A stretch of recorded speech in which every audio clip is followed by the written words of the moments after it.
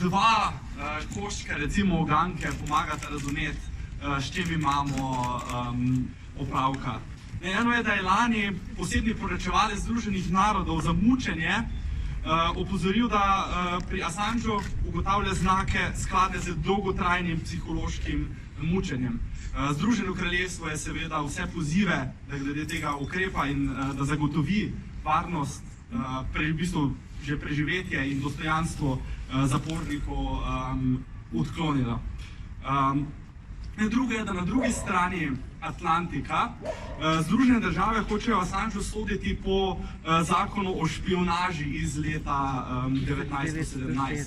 Skratka, gre za popolno zlorabo zakona, ker je popolnoma očitno, da tu ne gre, nimamo opravka z špionažo, temveč z razkrivanjem informacij v javnem interesu. Gre za dokaze o vojnih zločinih, ki so se dogajali v Iraku in Afganistanu in o manipulaciji, ki je omogočila in podprla te invazije.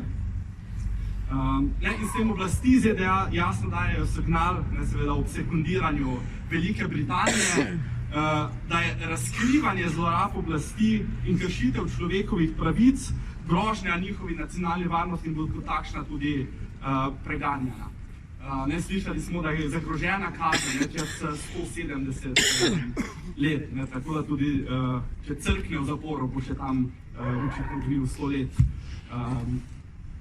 In tu je res velik razkorak med temi kaznimi, zagroženimi kaznimi Assangeu, kazni, ki je doletela Chelsea Manning, in seveda tudi zagroženi kazni Edwardu Snowdenu, ki je še vedno na begu, in kaznimi tisti, ki so zagrešili kršitve človekovih pravic, na katere Assange in drugi opozarjajo.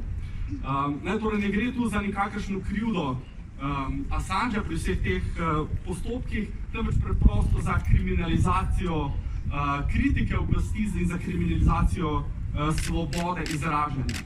In mučenje, ki ga je Assange deležen v Veliki Britaniji, in drakonske, popolnoma nesorazmerne kazni, ki mu grozijo v ZDA z zlorabo zakonodaje, z neuporabo popolnoma napačnega zakona, kaže na to, da je tu Assange pač nam vsem v svarilo. To je poanta tega, kar se tu dogaja. Ne gre za en primer, gre za kriminalizacijo kritike oblasti, za kriminalizacijo svobode izražanja in za svarilo nam vsem, ki bi nas mikalo storiti kaj podobnega, da naj se pazimo, ker bo kazen prav tako drakonska in nesorazmerna kot v tem primeru. In zato je pomembno, da nismo tiho in da se tu oglasimo in jasno povemo, da je to nesprejemljivo.